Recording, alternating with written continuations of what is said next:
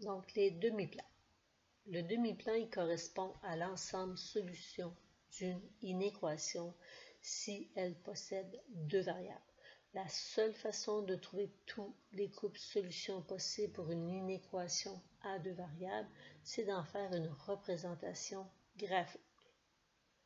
Donc, première chose à faire, peu importe le symbole qu'on vous donne, on laisse tomber le symbole d'inégalité et on va aller mettre un égal. On obtient alors l'équation 5x moins 4y égale moins 20. Donc, pour être capable de faire une table de valeurs, on va transformer notre équation. On va l'écrire sous la forme fonctionnelle, c'est-à-dire qu'on va isoler la variable y. Donc, mon terme 5x, je vais le transporter de l'autre côté de l'égalité en faisant moins 5x. Il nous reste moins 4y égale moins 5x moins 20. Donc, pour isoler y, je vais enlever mon moins 4 en divisant chacun des termes par moins 4. Donc, il va me rester moins 4y divisé par moins 4 qui me donne y, moins 5x sur moins 4, 2 moins ensemble donne un plus, donc il me reste 5 quart x, moins 20 divisé par moins 4, plus 5. Donc, pour faire la table de valeurs, j'ai choisi de prendre 0, 4, 8 comme valeur de x. Pour le y, il faut faire le calcul. Je prends mon équation y égale 5 quarts, mais au lieu de mettre x, je mets la valeur de x que j'ai choisi plus 5. Et je fais le calcul. 5 fois 0 divisé par 4 qui donne 0, plus 5 me donne 5. C'est la valeur que j'écris dans ma colonne des y. Si x vaut 4, 5 fois 4 divisé par 4, ça donne 5, plus 5, ça donne 10. Donc, c'est la valeur que j'écris dans ma colonne des y.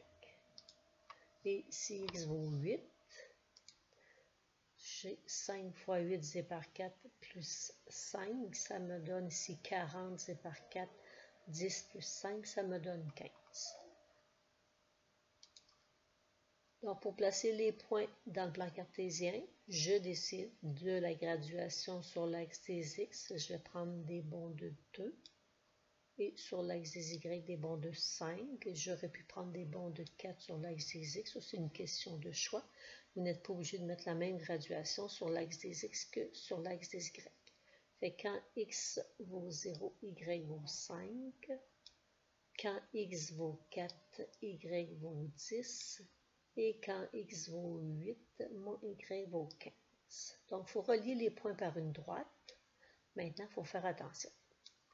Si vous avez comme inéquation les symboles le plus petit ou égal dans votre inéquation, les points qu'on vient de calculer sont des solutions de notre inéquation. Donc, il va falloir représenter la droite qu'on appelle droite frontière. C'est celle qui va diviser notre plan cartésien en deux parties. Il va falloir la représenter par un trait plein. Si vous avez les symboles plus petits ou plus grands, mais vous allez être obligé de tracer votre droite pointillée pour indiquer que les courbes qu'on vient de calculer ne sont pas des solutions. Donc, on relie les points.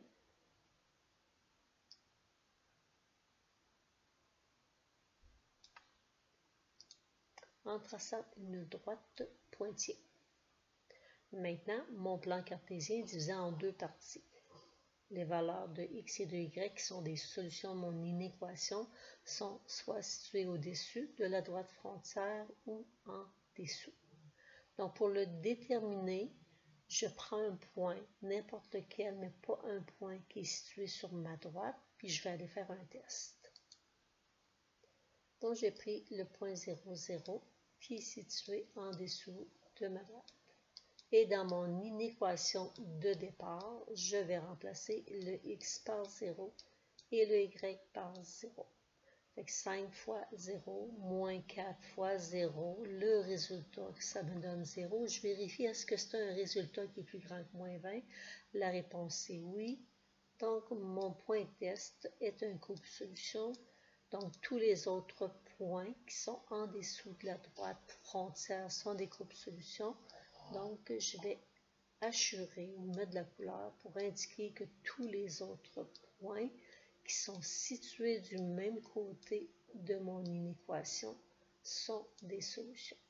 Mon demi-plan est représenté par la région que je viens d'achurer et délimité par une droite pointillée.